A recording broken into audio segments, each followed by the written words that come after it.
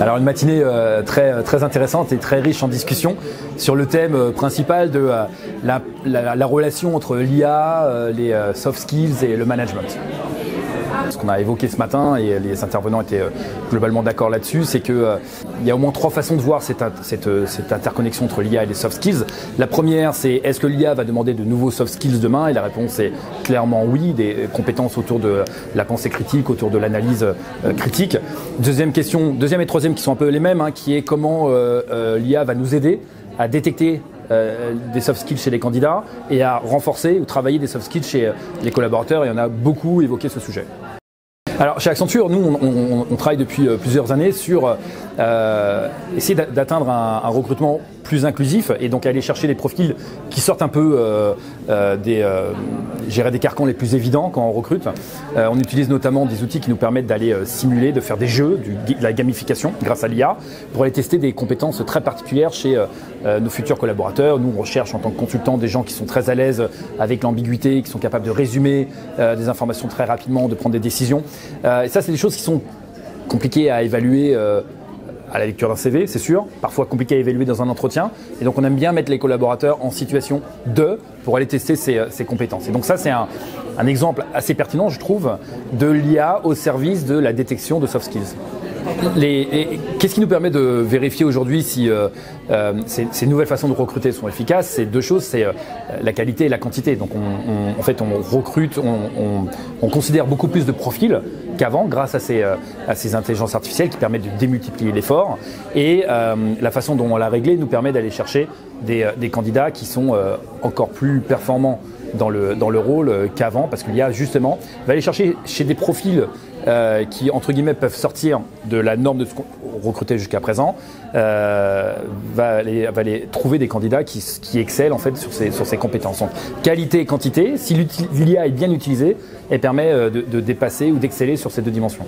Accenture est engagée en France sur l'insertion professionnelle des personnes qui sont éloignées de l'emploi depuis plus de 30 ans. Article 1 et la Fondation Mosaïque sont des partenaires historiques de la Fondation que nous accompagnons notamment dans leur changement d'échelle. Le changement d'échelle, bien souvent, passe par la technologie et on le constate tous les jours, la technologie permettant de recréer le lien ou de créer le lien entre des personnes. Grâce au partenariat historique que nous avons avec la Fondation Mosaïque et Article 1, il y a 3 ans, on a décidé d'attaquer un sujet qui était le sujet des soft skills, des compétences douces, ce fameux bas de CV. Bas de CV qui peut mettre en évidence des compétences ignorées, omises de la part à la fois des jeunes ou des moins jeunes, des candidats et des recruteurs. Or, ces compétences extra-professionnelles, extrascolaires peuvent être clés pour révéler des talents pour la personne en elle-même et pour le recruteur. Donc il y a 3 ans, on s'est dit comment est-ce qu'on peut utiliser l'outil qui est la technologie, l'intelligence artificielle, pour révéler ces compétences acquises dans ce fameux bas de CV.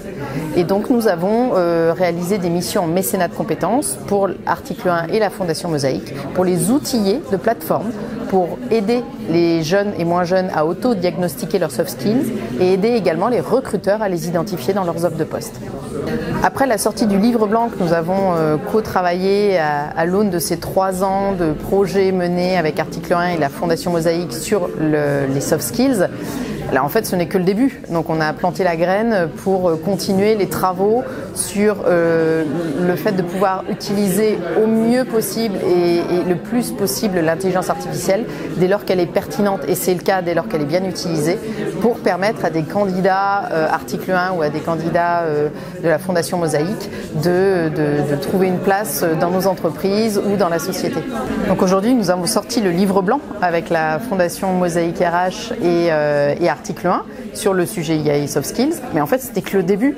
Ce livre blanc a pour objectif de partager l'expérience que nous avons acquise tous les 3, Article 1, Mosaïque RH et nous-mêmes, autour des soft skills et comment l'IA, la technologie en général, peut permettre à des jeunes ou moins jeunes de révéler les compétences acquises extra-professionnelles, extrascolaires, qui figurent pas, car parfois ignorés, dans leur bas de CV. Donc là, ce n'est que le début. Donc la technologie est infinie, elle revêt un potentiel, si bien utilisé, absolument formidable en termes d'inclusion. On en a parlé ce matin.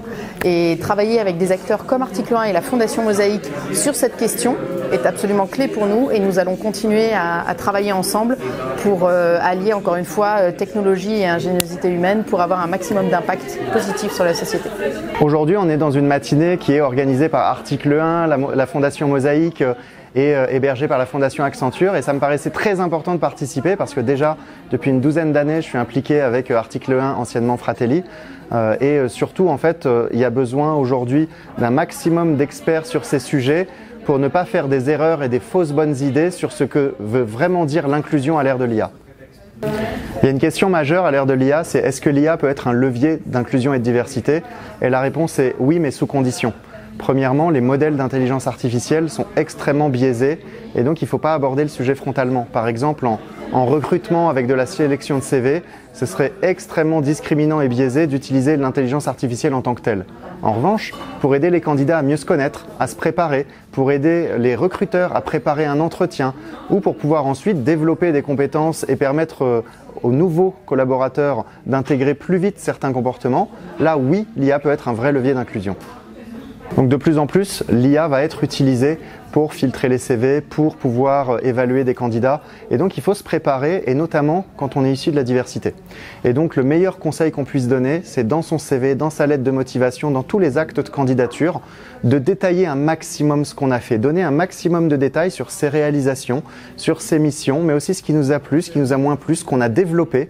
Parce qu'en fait, les IA actuelles, les IA génératives, sont capables de traiter du langage. Et plus on leur donne de matière, plus elles vont être capables de nous valoriser. Alors l'intelligence artificielle peut être un levier d'inclusion parce que c'est sûrement plus intéressant aujourd'hui de comprendre la différence qu'on peut avoir par rapport à ces outils d'intelligence artificielle qui vont arriver dans tous les métiers, et pour les RH notamment. On a l'opportunité, je pense, non seulement d'optimiser un certain nombre de tâches grâce à l'intelligence artificielle, mais également de comprendre peut-être mieux qui nous sommes. Et donc pour le métier du recrutement, pour les métiers du recrutement, c'est important de comprendre mieux les capacités des jeunes gens, jeunes filles, pour inclure en fait dans ce monde de demain, pas seulement des gens qui sont capables de faire de la technique de haut niveau ou de s'adapter à ces outils, mais également des gens qui sont capables de réfléchir à ces outils, augmenter l'intelligence de l'humain en ayant justement des mesures qui nous viennent de ces outils, et non pas l'inverse. Nous avons un champ important de formation à avoir et de recrutement de ces nouveaux talents, en essayant d'être plus inclusif.